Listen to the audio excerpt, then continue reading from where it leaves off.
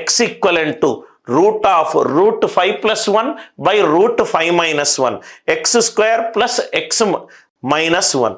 ఇక్కడ మీరు పైన కింద రూట్ 5 మైనస్ 1 తోటి మీరు గనక సింప్లిఫై చేస్తే, పైన కింద రూట్ 5 మైనస్ 1 తోటి మీరు సింప్లిఫై చేస్తే, రైట్, రూట్ 5 ప్లస్ 1 తోటి చేద్దాం. ఇదేమవుతుంది? Root 5 plus 1 divided by 5 minus 1 4, root 4 ఎంత 2. అయిపోయింది ఆన్సర్. ఎక్స్ ఈక్వలెంట్ పైన కింద రూట్ 5 ప్లస్ 1 తోటి మల్టిప్లై చేశాను అంటే ఇదేమైంది?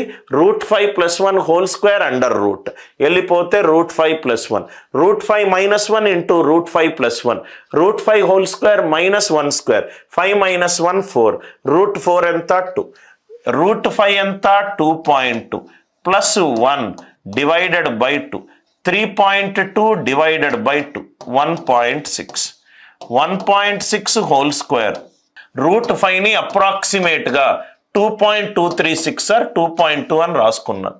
1.6 హోల్ స్క్వేర్ ప్లస్ 1.6 మైనస్ 1, ఇదేమో 2.56, ఇదేమో 1.6 మైనస్ 1, ఇది 0.6.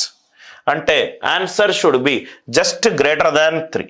Answer should be just greater than 3. ఎంత ఈజీగా ఆన్సర్ వస్తుంది, ఎంత ఈజీగా ఆన్సర్ వస్తుంది. పైన కింద రూట్ 5 ప్లస్ 1 తోటి మల్టిప్లై చేశాను అంటే ఇది ఎంత అయింది? Root 5 plus 1 whole square under root square పోతే మిగిలింది root 5 plus 1, root 5 minus 1 root 5 plus 1 calculate చేస్తే root 5 whole square minus 1 square 4, square root of 4 ఎంత 2, ఎక్స్ వాల్యూ ఎంత? Root 5 plus 1 by 2. క్యాల్కులేషన్ చెయ్యొద్దు సార్, రూట్ 5 వాల్యూ ఏమో 2.236, అప్రాక్సిమేట్గా 2.2 అనుకున్నా. 2.2 plus 1 whole divided by 2, 3.2 by 2 ఎంత? 1.6. అంటే ఇది ఎంత అవుతుంది? 1.6 హోల్ స్క్వేర్ ప్లస్ 1.6 మైనస్ 1, ఇదేమో 2కి ఎక్కువ 2.56 ప్లస్ 0.6, ఈ వాల్యూ ఎంత sir? Right, around just greater than 3. ఇదేమో 2, ఇదేమో నెగటివ్, ఇదేమో 0. కాబట్టి ఆన్సర్ ఎంత? 1 ప్లస్ రూట్ 5. వివిధ రకాల చాప్టర్స్ నుంచి వివిధ రకాల క్వశ్చన్లు సార్, వివిధ రకాల questions.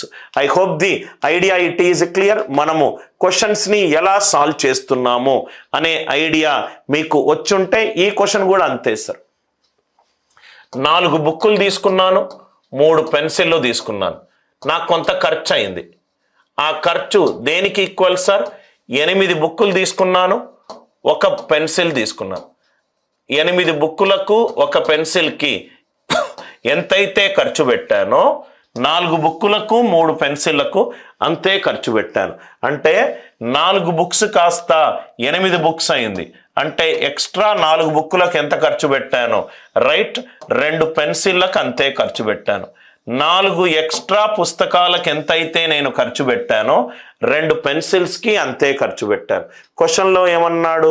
4 books plus 3 pencils, 4 books అంటే 2 పెన్సిల్స్, అంటే మొత్తం 5 పెన్సిల్స్కి ఎంతైతే ఖర్చు పెట్టానో, 5 పెన్సిల్స్కి ఎంతైతే ఖర్చు పెట్టానో, రైట్, ఇక్కడ రైట్ 5 పెన్సిల్ ప్లస్ 5 బుక్స్ కాదు, నాకు టోటల్ 5 పెన్సిల్స్కి ఎంతైతే ఖర్చు పెట్టాను 4 బుక్కులు కాస్త 8 బుక్కులు అయింది. అంటే ఎక్స్ట్రా 4 బుక్కులు కొన్నాను, దానికి ఎక్స్ట్రా ఎన్ని పెన్సిల్స్ కొన్నాను? 2 పెన్సిల్స్.